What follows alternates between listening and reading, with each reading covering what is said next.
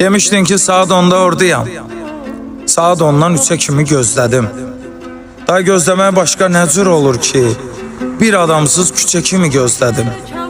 Fikirləşdim işi çıxıb gecikir. Xəyalları xalı kimi toxudum. O üzünə bu üzünə çevirib bir qəzeti 50 dəfə oxudum. Qovrulurdum götürmüşdü şəhəri. Bu istidə qovurduğun ətiyi. Sigar güllələdi ömrümü. Əlimdəki alışqanın tətiyi. Yanğın üçün çağırışdı, haraydı? Bilirsən ki mənim zəngim zəng deyil. Zəng elədim götürmədim 5 dəfə. Dedim yəqin adamdır da, tək deyil. Çox pis oldum sənə olan hisslərin. Gördüm daha kamançası çalınmır. Heç olmasa 2 kəlmə yazardın. Heç olmasa bilərdim ki alınmır. Gəlib gedən, gedib gələn çoxaldı. Piltə sönüb gedən bu şama.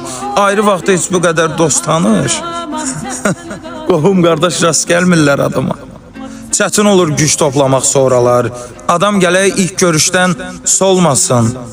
Üçdən sonra səbrim tamam daraldı.